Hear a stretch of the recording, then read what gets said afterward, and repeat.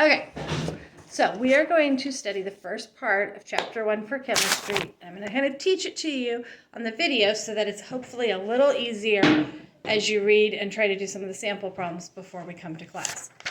You should have a Chapter 1's note sheet. It's 2 pages front and back. We're not going to do all of it in this portion. We'll do some of it in class. And then you should have a rules for sig figs, a scientific notation, and a metric system sheet. These are your cheat sheets for all year. You want to keep these. We'll have a handful of different cheat sheets for you to have, and these are some of them. Okay, so what is chemistry? Chemistry is the study of matter and how it changes. The study of matter and how it changes. What is matter? Matter is anything that has mass and takes up space. Has mass, takes up space, it's matter. Okay, to study matter and how it's going to change, we have to be able to study different aspects of it. The first one is to be able to measure. We are going to be able to measure length or distance with a ruler. Rulers have an inch side, there's usually 12 on a standard ruler, and a centimeter side, there's a little over 30.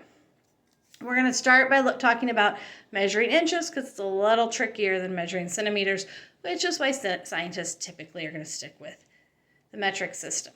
But if you look at page 2, at the top of page 2 in your book, it talks about this. In between each number, so between 1 and 2, there are 16 spaces. So if I put something here and I'm going to measure it, I'm going to look at where it hits on these spaces, and I'm going to go, okay, well, it hits past the 1, so it's going to be 1 and how many ever over 16. So let's say it hits to the 8 after the 16. Then we would say 1 and 8 sixteenths. What if it hits between the 8 and the 9? So 8 sixteenths is equal to 16 30-seconds. If we were going to divide those 16ths into more parts, double the parts, we'd have 30 seconds. So it'd be 16 30-seconds.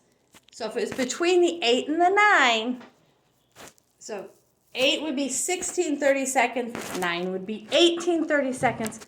So in between 16 30-seconds and 18 30-seconds would be 17 30-seconds. That's kind of a guesstimate, an estimate. It's not an exact number. Exact numbers are where it exactly lands, and estimates are in between the lines. We're going to be talking about that in just a minute, with accuracy and precision and how carefully we can measure. Okay? Now, when you're going to measure stuff, it is a lot easier if you can use a decimal, because then you can put it into your calculator. So, how can we get 1 and 8 sixteenths into a decimal? Well, the 1 is going to stay a 1, but the 8 sixteenths, I just realized this is probably all going to show backwards for you. Don't know how to make that fixed, but we'll try it this way. We divide the 8 by 16. So, I'm going to turn my calculator on, but I know what it is. So 8 divided by 16 is 0.5. And so if you put 8 divided by 16 in your calculator, you'll get 0.5. And you would have 1.5 to be your answer. Okay? So, and you can actually round out to even the hundredths place, one more decimal place. The 5 is the tenths, and we could actually go one more if it fell in between 2 of the numbers. Or if it fell exactly on 8 sixteenths, we could add a 0 to make it 1.50. Okay, so back to your note sheets. Different units. What is a unit? A unit is a quantity that describes what's being measured. So, we might say like centimeter, meter, yard, foot, inch, cup, tablespoon. Those are all units of measurement. When you're measuring something, you need to say what unit you're measuring in. What are you measuring in? So, America we typically use the English system, English, feet, yards, but it's way harder to convert in the English system. The rest of the world and the scientific community uses the metric system. The metric system are meters, grams. So if you look at page 3, it shows you a centimeter ruler, or centimeter side of the ruler. There are 10 divisions between each number, which means that you can just count how many and make that your decimal point. So if it falls at 5 and halfway between 5 and 6, at that line halfway between, you can just say it's 5.5. If it falls 3 lines past, you can say it's 5.3. If it falls between line 3 and 4, you can say it's 5.35. You can give that estimated 100th digit. So it's a lot easier to read the centimeter side than it is the inches side. Okay. When you are writing things, you must list your measurements. Must list what you are measuring things in. Okay. Next thing is significant figures. Significant figures is how many digits you can show in your measurements. It tells us the precision of a measurement. We're going to talk about precision versus accuracy in just a minute. We can give the known amount, which is exactly what you can read on the ruler, plus one estimated number. That's why you can go, oh, well, it's 9. It's definitely past the 1. It's not to the 2, so it's 9.15. You can give one estimated digit. Okay, you have a rule sheet for sig figs in this sheet. So, when you're going through sig figs or significant figures, non-zero digits are always 0. So anything that's a 1 through 9, any digit is always significant. So 97.3 has 3 significant figures. Leading zeros, so zeros in front of 1 through 9, are never significant. So 0.02 has 1 sig fig. Just that 2 is significant. Captive zeros, so zeros between 2 digits that are 1 through 9, are always significant. So 304 has 3 sig figs. Trailing zeros with a decimal are significant. So if there's a decimal point, anything after the number, the digits 1 through 9 are significant. 4.100 has 4 sig figs. Trailing zeros without a decimal are not significant. So 700 has 1 sig fig. You will figure it out as we go. You will always be able to use your cheat sheet to figure them out. Okay? So, let's look at example 1.1 in your book. So, it says, how many sig figs are in 102.0 inches?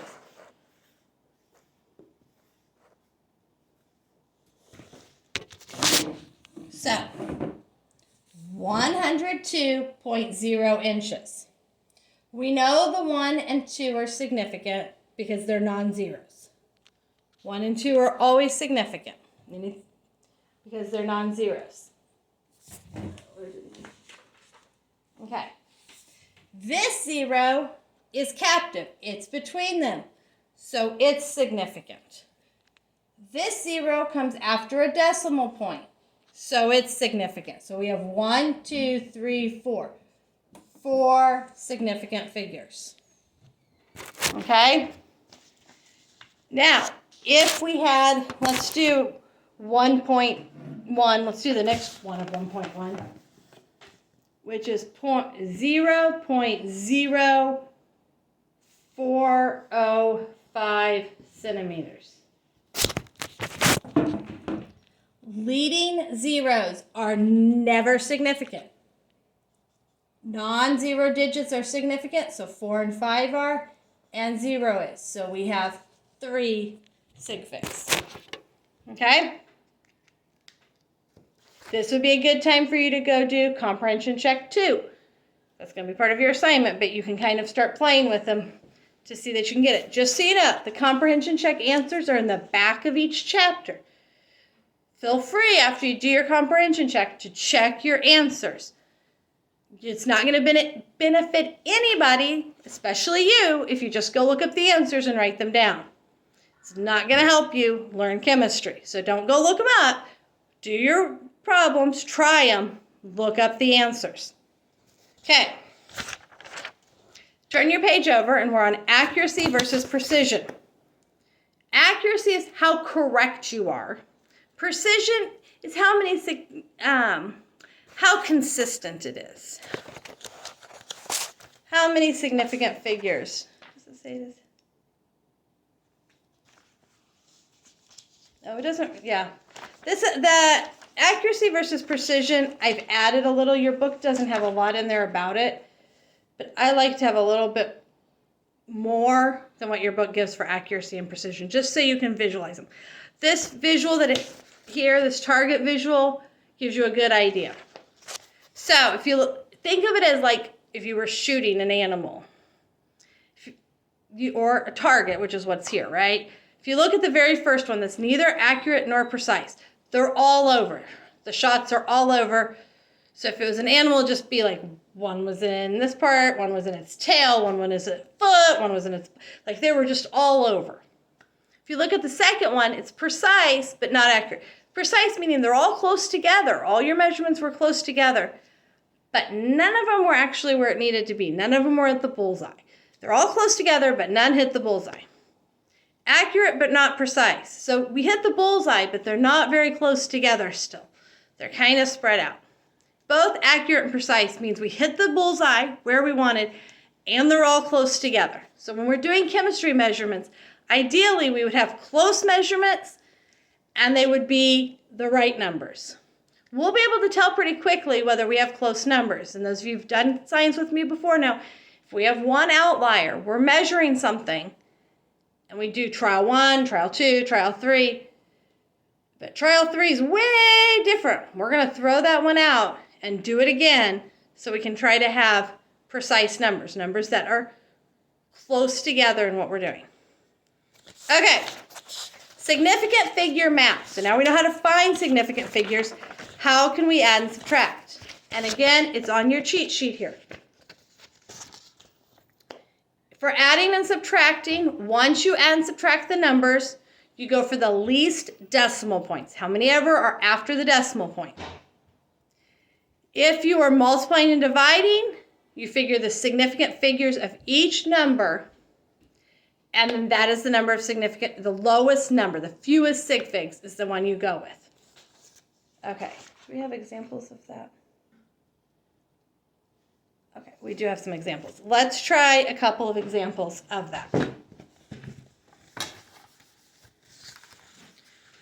Lost my marker. Okay, so if we look on page 7 at example 1.3, it says 15.423, I'll turn this around just a second, divided by 102. Oops, let me rewrite that, hold on.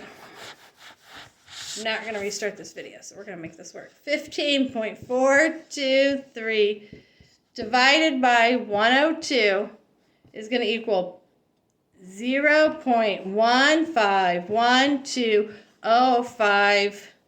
I'm going to stop there because I know we're not going to go any further. When you're doing this, though, you're all asked to have a scientific calculator to use for doing yours. I will help you as we do more things with our scientific calculator, know exactly how to enter some stuff. When we get to scientific notation, it can be a little interesting. Each calculator can be different. But you had a calculator to use. Okay. So, we are dividing. When we're dividing, we use the least number of sig figs. So, we're going to look here. All of these are non-zero. So, these all count for significant figures. 1, 2, 3, 4, 5. This one has 5 sig figs. This one has 2 numbers, 2 non-zero digits, but this one is captive, so it counts. 1, 2, 3 sig figs. So 3 is our fewest, so our answer only needs to go out to 3 significant figures. The leading 0 doesn't count, so 1, 2. Now we go here. We need to look at the next number, which is a 2. 4 and under we round down, 5 and up we round up. So we just have 0.151. Okay, so that's how we can decide where to stop our numbers. And it can make an actual huge difference in calculations if you don't follow the rules for it. Okay, so we're kind of giving you some baselines because as we do some experiments and we do some bigger number math, these things will kind of help you out. Okay, so now is a good time to do comprehension checks 3 and 4, which will be, again, part of your assignment. Okay, the next thing we need to go through, and we're getting close here, guys, is converting between the units. So we need to be able to go from centimeters to inches, or, well, we'll be doing a lot of converting between things. I'm going to teach you what is called the factor label method. It is my favorite way of converting between units because if you follow it step by step, you won't mess it up. Okay? So we're going to be doing, this is actually example 1.4 on page 11, if you want to look at it in the book. And what we have is we're going from centimeters to inches. What we know, and these are things that that would be given to you in a problem, and it's given to you in this problem. If it was on a test, this information would be given. 2.54 centimeters equals 1 inch. Again, not something I would expect you to memorize. You would be given 2.54 centimeters is equal to 1 inch. Well, what if I have 20.12 centimeters? How many inches is that going to be? 20.12 centimeters.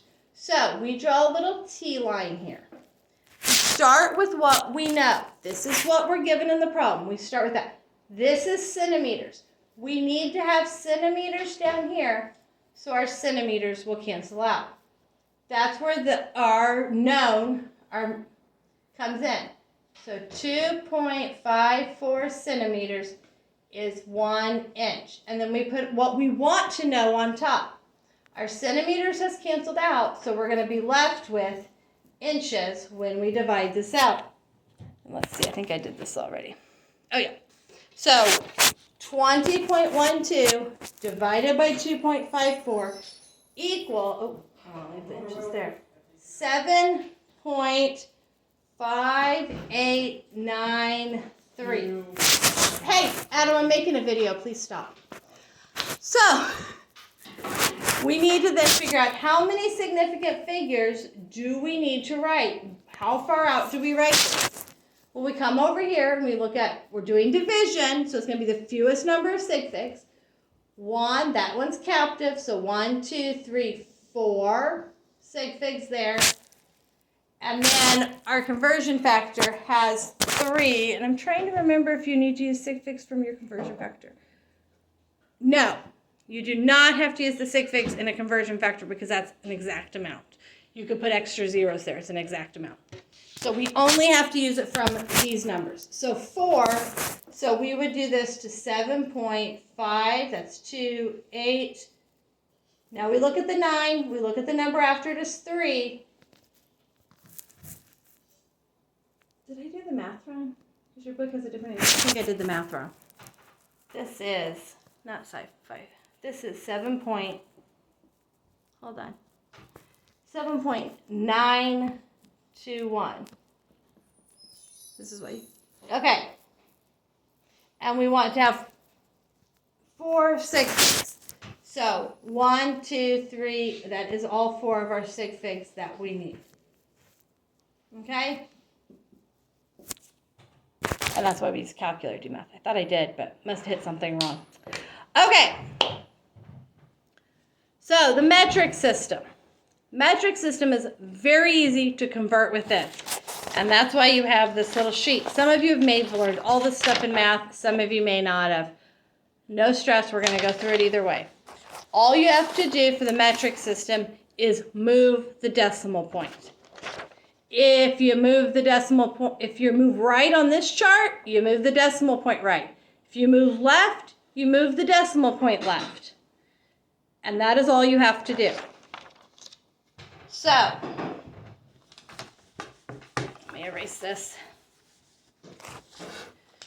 We have kilometers, hectometers, decameters, meters. And I'm not going to go any further right now. So if we're going to go from 0.05 kilometers,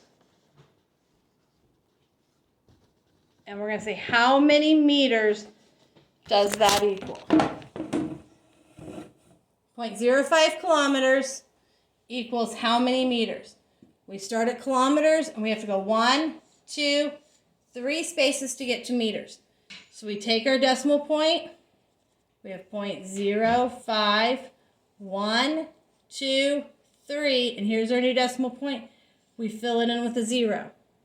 So now we have 0.50 decimal point. Well, you know you don't have to write a 0 before 50, and we have 50 meters. You're simply moving the decimal point one way or the other.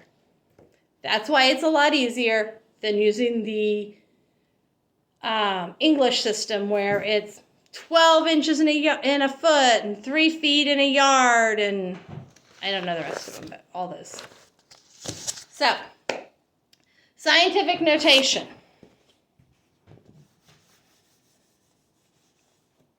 Scientific notation we use so you don't have to have so many zeros. Because I will tell you right now, one number we'll be using a lot in chemistry is 6.23 times 10 to the 23rd. That means that there are 21 zeros after 623. There would be 21 zeros. Your calculator will not take that number.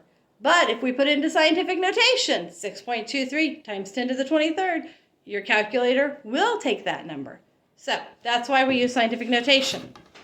So 610,000. Now you're like, well, that's not a very big number. No, but we're starting with a little one, but we will get up to big ones.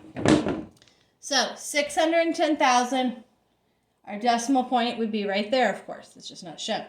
So the way we write this is we write one number, one digit before the decimal point, and then any non-zero digits out.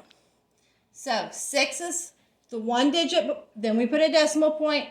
We write any non-zero digits that are after it, which is just the 1. Then we do times 10, and we count how many spaces we had to move this decimal point. 1, 2, 3, 4, 5, times 10 to the 5th. That's all there is for it. 1, 2, 3, 4, 5. Yep, I wrote it right. That's all there is to doing scientific notation. Okay. Area and volume. Area is your length of something times its width. It doesn't matter which way you measure it, one by the other. And that's going to be in centimeters squared. Volume is the amount of space something takes up. For a regular solid, like your book, you would measure your length, your width, and your height. And it would be in centimeters cubed. If you're using a liquid, you're going to use a graduated cylinder. We will learn how to use that the first day of class. You measure that in milliliters. And for an irregular solid, like let's say I want to know the volume of this pen, I'm going to put water in a graduated cylinder. I'm going to drop it in, and then I'm going to measure how much the water changed, and that will tell me the volume. That's also going to be in milliliters. Neat little trick is 1 milliliter equals 1 centimeter cubed. Okay, that is where we're going to stop on these notes, and then I will give you your assignment. You can read through the chapter. As you go through, you can do the comprehension, and you'll be doing the comprehension checks up through this point in the chapter. And then in class, we will go over those comprehension checks, finish the notes, and then do some labs on the first day. Bye, guys.